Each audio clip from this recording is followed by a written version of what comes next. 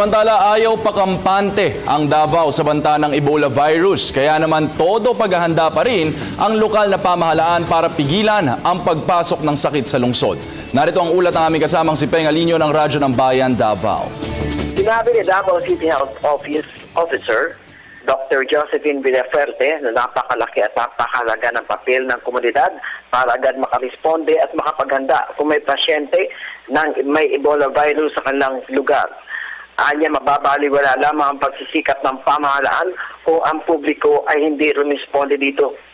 Ang paghahanda ay napakahalaga dahil dapat alam ng bawat isa o ng publiko kung paano na ito masugpo tulad ng di pagpayag sa mga may sakit na Ebola na dubalaw sa kanyang mga kaanak para hindi ito makahawa o kumalat ang sakit nito.